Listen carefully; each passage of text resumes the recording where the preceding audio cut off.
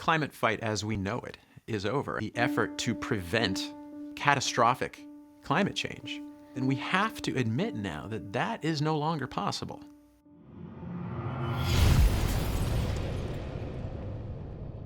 Climate change is now a fact. It's with us now, and it's going to be in some form for centuries. We're always being told that it's not too late to prevent climate catastrophe. But that's kind of a privileged comment, because what is catastrophic depends entirely upon where you live. If you're one of the people who live in the poorest and most vulnerable places on the planet, where probably 100 million people are going to be affected in just the coming decades by rising sea levels. If you're one of those people, then the climate change that we are already seeing, have already witnessed, can be and often has been catastrophic. The degree of outright science denial that we now have in the administration and among its allies was surprising. To have Trump and Bannon and people like Pruitt and outright deniers now in power is strange. A lot of times I'll get feedback from people and they'll say, we have to hold on to hope, You can't be all doom and gloom. You have to tell people that it's not too late, that we still have to fight. And that's hard for me.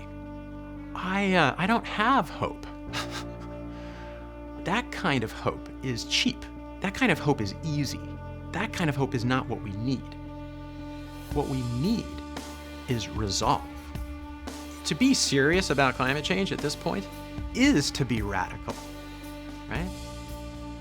Because that's what's required. That's what the science is saying is required. We're talking about a mobilization at every level. So in the book, and what we're fighting for now is each other, I wrote about a number of people who reached a point where they felt to take any sort of serious action on this would require really laying it on the line, really taking risk, putting their own bodies in the way.